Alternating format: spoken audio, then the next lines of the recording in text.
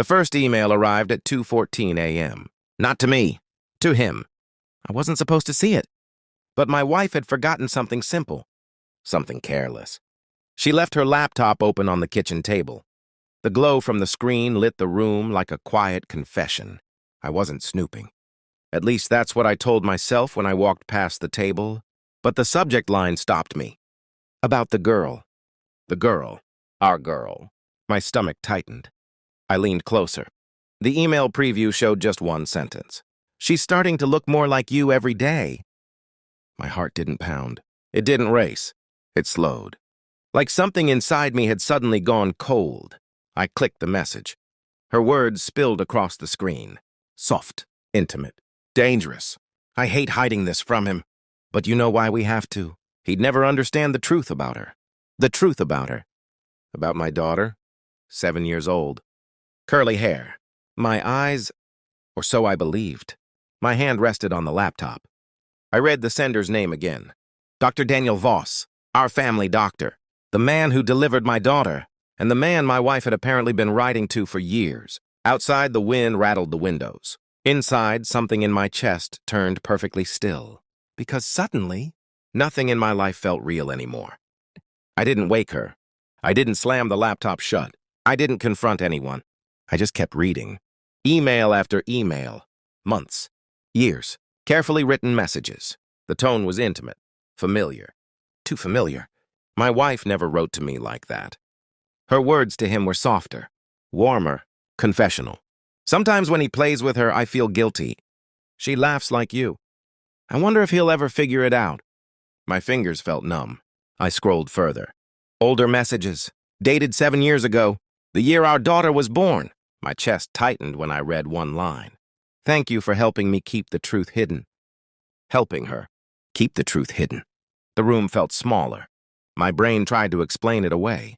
Maybe it was a joke. Maybe they meant something else. Maybe... No. Another email destroyed that illusion. You'll always be her real father. I stared at those words for a long time. The house was silent. My daughter slept upstairs. My wife slept beside the empty space in our bed. And I sat in the kitchen, reading about a life that apparently didn't belong to me. But the strangest part? I didn't feel rage. Not yet. Just a slow realization spreading through my chest. Like ice. If the emails were real, then my marriage was a lie. My daughter's birth was a lie. And the doctor I trusted had been smiling in my face for 7 years. Some people scream when they discover betrayal. I didn't. I closed the laptop. Quietly. Because something else had already begun forming in my mind. A plan. For the next 3 weeks, I became someone else. Calm. Normal. Predictable. I kissed my wife goodbye in the mornings. I helped my daughter with her homework. I even shook Daniel Voss's hand during a routine checkup. He smiled warmly. Everything looks good, he said. I smiled back. Inside, I was measuring him. Studying him. Doctors are careful men, but arrogance makes people sloppy. The emails were only the beginning. I copied everything, every message, every attachment. Then I hired a private lab. Not in our city, not anywhere nearby. The DNA test was simple. 1 swab from my cheek, 1 from my daughter's toothbrush. The hardest part wasn't the waiting. It was looking at her during dinner, watching her laugh, listening to her tell stories about school. She called me Dad. Every single day. And every time, something twisted in my chest. Not anger, fear. Because if the test proved the emails were true, then the little girl I loved might belong to someone else. 2 weeks later, the envelope arrived. Plain white. No markings. Just my name. I sat in my car outside the office parking lot. The engine idled. My hands rested on the steering wheel. For a moment, I almost didn't open it. But truth has a way of demanding to be seen.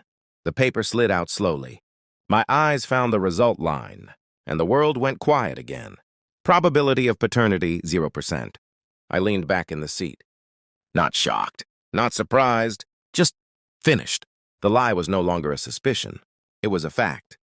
But what mattered more was the final discovery hidden in the email archive. Something much worse than betrayal. Something criminal. And that was when the real plan began.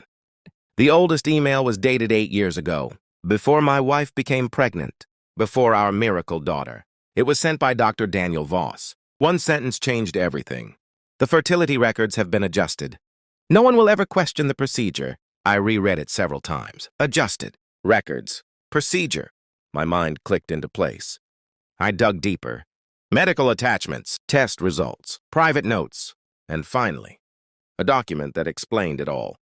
During our fertility treatment years ago, the clinic had reported a sample mix-up. They claimed my sperm had been used successfully after correction, but that wasn't what happened. The doctor hadn't made a mistake. He replaced the sample with his own on purpose. The emails confirmed it. My wife knew. She had agreed. They had created a child together and let me believe she was mine for 7 years. I printed everything. Emails, lab results, clinic records, DNA proof. Then I placed the folder on the kitchen table. My wife walked in an hour later. She saw the documents. Her face drained instantly. "What is this?" I sat across from her. Calm, quiet, just the truth. Her hands trembled as she opened the DNA report. Her lips moved silently while reading. Then she looked at me, horrified. "You weren't supposed to see those?" "Exactly." I didn't yell. I didn't accuse. I simply slid another envelope toward her. Inside was a printed invitation. A medical ethics conference, hosted by the Regional Hospital Board.